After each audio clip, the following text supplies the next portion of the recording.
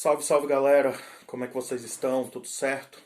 Professor Israel aí novamente, iniciando aqui mais uma videoaula e dando continuidade àquele contexto ali da chamada Baixa Idade Média. Quando nós falamos ali da Baixa Idade Média, nós estamos falando do quê? Daquele período que vai do século XI ao século XV depois de Cristo, onde suas principais características são quais? Nós vamos testemunhar uma decadência do modo de produção feudal, ou seja, o feudalismo ele vai apresentar ali sinais de desgastes, e esses sinais de desgastes eles serão o quê? Insuperáveis. Com essa impossibilidade de se superar essa crise do modo de produção feudal, nós vamos ter o quê? Uma transição feudo-capitalista, ou seja, o feudalismo ele vai começar a ser substituído do ponto de vista como modo de produção pelo quê? Pelo capitalismo ali no contexto da Europa Ocidental, tá certo? E aí, nesse momento, nós damos continuidade aqui ao debate dos vários fatores, dos vários elementos, dos vários motivos que levaram o quê? Que levaram o feudalismo à decadência. E mais especificamente, esse vídeo, nós vamos tratar sobre o quê? Sobre o renascimento comercial e o renascimento urbano ali na Europa Ocidental. São dois temas ali que eles acabam o quê? Que eles acabam se entrelaçando, que eles acabam se complementando. E aí, quando nós falamos do renascimento comercial, quando nós falamos do renascimento urbano, nós estamos falando do renascimento das cidades e nós estamos falando do renascimento do comércio ali no contexto da Baixa Idade Média. Por que é importante a gente falar nesse sentido de um renascimento, hein? Porque quando a gente analisa o feudalismo e o seu auge, nós vamos perceber que a vida ali dentro do feudalismo é uma vida que está ali situada majoritariamente onde? Majoritariamente no campo. É uma vida ali vivida majoritariamente no meio rural. E com isso, gente, nós vamos testemunhar que no século XII haverá um renascimento urbano da Europa Ocidental. Ou seja, as cidades vão renascer. Professor, mas essas cidades elas estavam ali mortas, elas não existiam e etc. É óbvio que elas existiam, gente. Mas eram cidades o quê? Que tinham uma pequena quantidade de pessoas vivendo. Do ponto de vista estratégico, era um local ali sem tanta importância. Só que aqui no século XII nós vamos testemunhar o quê? Nós vamos testemunhar um novo momento. Essas cidades elas vão voltar ao quê? A ser locais extremamente importantes. Tá certo? E também um renascimento comercial, porque quando nós falamos ali, mais uma vez, né, da Alta Idade Média e do feudalismo, nós vamos perceber que o comércio ali na Alta Idade Média e no feudalismo era um comércio extremamente o quê? Local, que acontecia geralmente dentro dos feudos, ou entre feudos o quê? Próximos. O comércio ali de longas distâncias, no contexto da Alta Idade Média, era um comércio o quê? Muito, muito, muito, muito pequeno. Só que aqui no contexto da Baixa Idade Média, nós vamos perceber o quê? Nós vamos perceber uma acentuação comercial no contexto da Europa Ocidental, tá certo? Nós vamos testemunhar ali, principalmente graças às cruzadas e etc., que houve o quê? Um aumento do comércio de longas distâncias, principalmente do comércio de especiarias entre o Oriente e a Europa Ocidental, tá certo? Por isso que nesse contexto nós trabalhamos dessa maneira. Nós analisamos o chamado renascimento comercial e urbano europeu no contexto da Baixa Idade Média. Tá certo? E aí, gente, quando nós analisamos esse renascimento comercial e urbano europeu, que vai ser iniciado ali no século XII, nós percebemos uma série de fatores, uma série de elementos que estão o quê?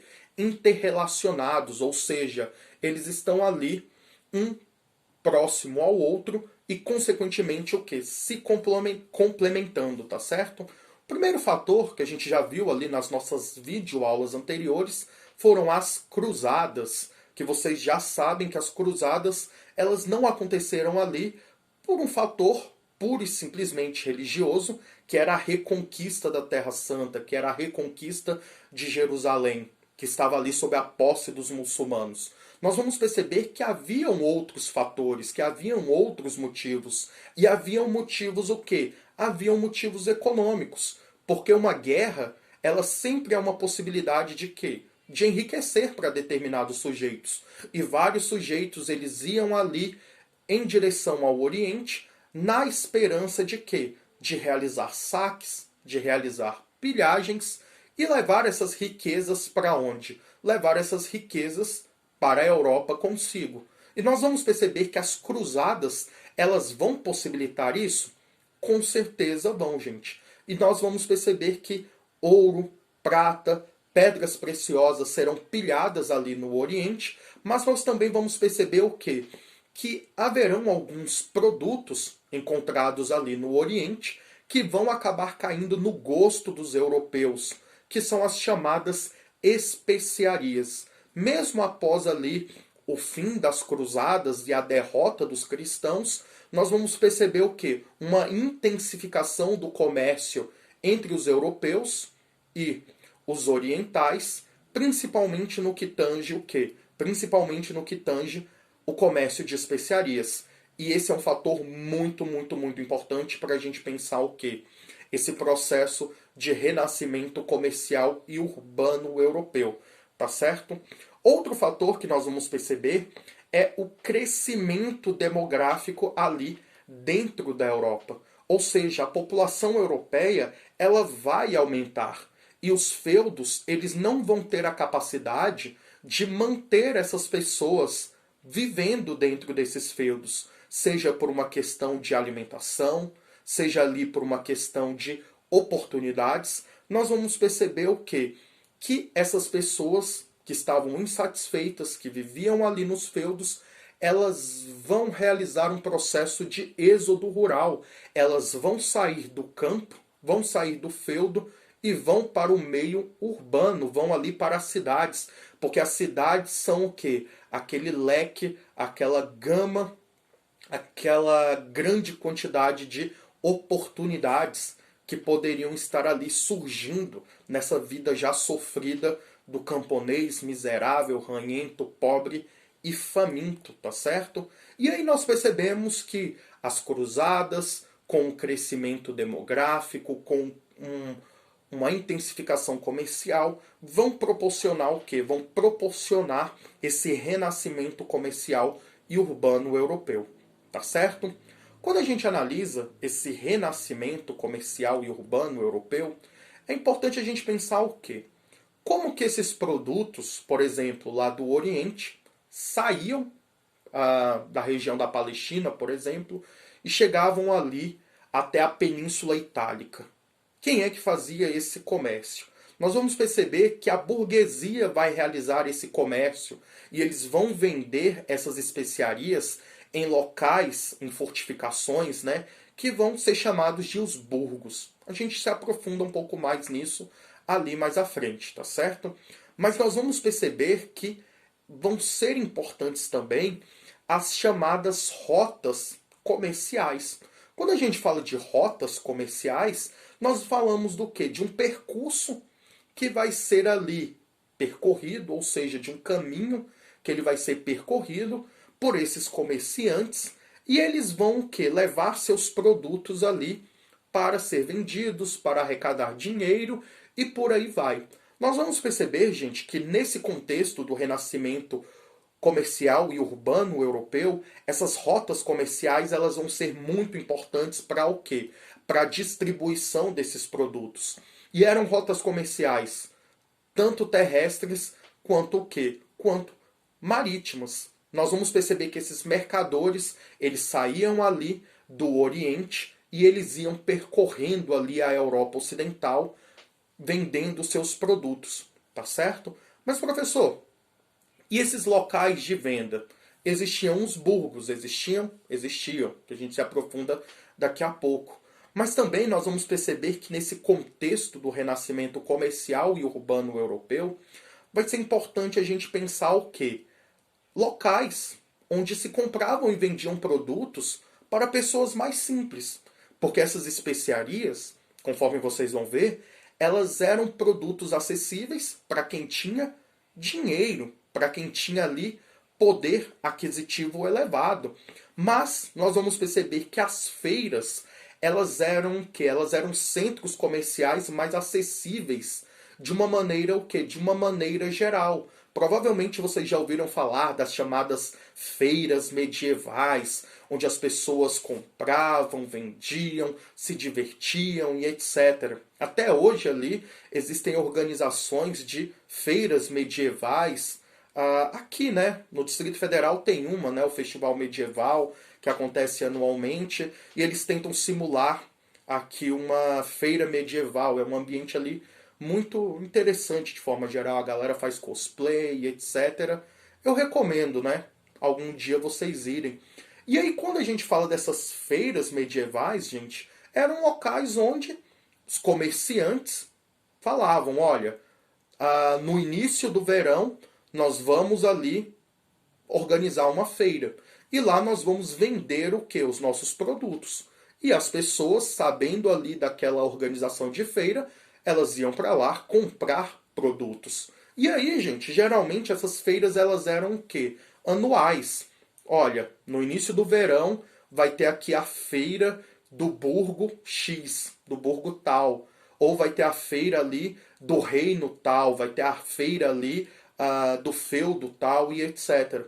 Essas feiras elas são importantes nesse contexto porque eram o quê? Locais de compra e venda. Consequentemente, nós temos o quê? Um renascimento comercial graças à organização dessas feiras. Nós também vamos perceber que essas feiras, gente, elas não aconteciam em locais aleatórios. Vamos fazer a feira ali num determinado local sem motivo algum. É óbvio que não, gente. Essas feiras elas aconteciam nos chamados nós de trânsito. O que seria um nó de trânsito? Imagina ali um local em que ele é um ponto de encontro de vários caminhos. E ele tem esse local ali de centralidade entre esses diversos caminhos. Isso é o chamado o quê? Nó de trânsito. E as feiras, gente, aconteciam lá. Por quê? Porque era acessível para pessoas de diversas regiões, de diversos locais chegarem até lá. Pensem ali, tipo, numa encruzilhada. Isso seria um nó de trânsito, tá certo? E essas feiras, elas também aconteciam próximas a castelos de senhores. Por quê, gente? Porque se acontecem próximas a castelos de, de algum senhor, obviamente era um local que protegido. Mas professor, o senhor deixava a feira acontecer lá porque ele era bonzinho, porque ele era gente boa? É óbvio que não, gente. É óbvio que ele recebia uma determinada quantia para o quê? Para fazer a segurança ali daquele local. Tá certo? E aí, gente, outro fator importante para a gente pensar o renascimento comercial e urbano europeu é o quê? Professor, essa galera tá comprando, essa galera tá vendendo, comércio tá ali a mil, tá ali pegando fogo.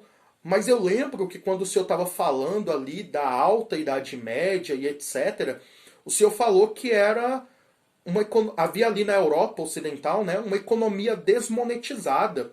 As pessoas ali raramente usavam dinheiro, raramente usavam moedas nas relações comerciais, na troca e na venda de produtos, que aconteciam ali normalmente por escambo, que aconteciam ali segundo a troca de equivalentes. Nesse contexto do renascimento comercial e europeu, renascimento comercial e urbano europeu, isso mudou? Essas relações comerciais vão mudar? Vão, gente. Nós vamos perceber ali um aumento da circulação de moedas. Ou seja, nós testemunharemos um aumento da circulação monetária. Professor, como que se deu essa expansão do uso de moedas ali na Europa Ocidental, na chamada Baixa Idade Média? Conforme nós já discutimos, os cristãos, quando eles foram ali para o Oriente, quando eles foram ali para as cruzadas, eles acabaram saqueando uma grande quantidade de metais preciosos, ouro, prata e etc. E eles trouxeram essa moeda, esses metais preciosos, né, e moedas desses povos orientais ali para a Europa. E ali, gente, com esses metais preciosos, nós vamos perceber o quê? Um aumento no cunho de moedas dentro da Europa. Nós vamos perceber que senhores, nós vamos perceber que reis, nós vamos perceber que cidades vão começar o quê? A cunhar suas próprias moedas. Porque esses metais preciosos, eles estão presentes ali na Europa, mais uma vez, numa perspectiva de quê? Não numa perspectiva de abundância. Temos muito metal precioso, temos muito ouro, temos muita prata. Mas nós vamos testemunhar o quê? Um aumento ali da quantidade de metais preciosos e, consequentemente, vão ser cunhadas moedas por diversas pessoas, por diversos monarcas, diversos reinos, diversas cidades. E aí, com isso, com esse metal precioso mais disponível, com o aumento ali do fluxo de moedas, nós vamos testemunhar o quê? Nós vamos testemunhar o quê? Um aumento do uso de moedas, uma intensificação do uso de moedas ali no contexto da Europa Ocidental. E isso é positivo para as relações comerciais? É óbvio que isso é positivo para as relações comerciais. Porque a partir de agora, você compra e vende. Olha, eu quero comprar um boi. E aí eu não tenho mais que ficar negociando com o sujeito. Quantos porcos você quer aí no seu boi? Não, isso vai cair de uma maneira muito, muito, muito brusca. Nós vamos testemunhar o quê? Que isso vai se converter no quê? Quanto que você quer no seu boi? Eu quero 10 moedas de prata. Beleza, pega aí suas 10 moedas de prata. Isso se torna o quê? Mais prático, isso se torna mais rápido e etc. Mas, professor, ali nos reinos, ali na Europa, havia um padrão monetário? É óbvio que não havia um padrão monetário, gente. Existiam diversas moedas de diversos metais preciosos, de diversos valores, e por aí vai. Professor, e se eu quero comprar produtos de um determinado local e eu não tenho dinheiro ali daquele determinado local? Como é que eu faço? E aí, provavelmente, vocês já passaram por isso na atualidade. Você quer viajar ali para os Estados Unidos, só que, obviamente, ali nos Estados Unidos eles não aceitam o quê? O real. Como é que você faz? Você procura uma casa de câmbio. Essas casas de câmbio elas existem ali nos aeroportos, por exemplo. E lá, segundo a taxa de câmbio, você vai lá e troca seu real por dólares.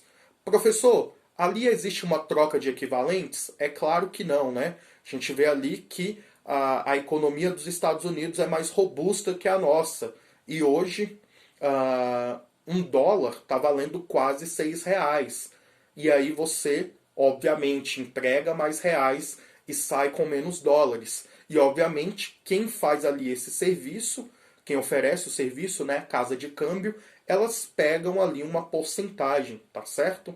E aí, gente, isso de pegar essas moedas e trocar com pessoas que querem ir ali para determinadas regiões, é de hoje? É óbvio que não é de hoje, gente. Nós vamos perceber que isso existe desde a Idade Média, mais especificamente a Baixa Idade Média. Com o aumento ali das relações comerciais e com o aumento do fluxo de moedas, nós vamos perceber que vai surgir uma nova profissão nesse contexto, que é a profissão de cambista, que eram pessoas o quê? Que pegavam ali determinadas moedas do local X, trocavam por moedas do local Y e, obviamente, para fazer essa troca, né, para as pessoas, eles cobravam o que? Eles cobravam uma determinada quantia por essa intermediação, tá certo? E aí, gente, nessa nossa primeira aula, conforme vocês vão perceber, vários fatores estiveram ali relacionados a esse contexto de renascimento comercial e renascimento urbano europeu. Se você curtiu, deixa um like, se inscreve no canal, que no nosso próximo vídeo nós vamos debater sobre as consequências desse renascimento ali comercial e urbano europeu de modo geral, tá certo? Muito obrigado a todos e até o próximo vídeo. Tchau, tchau.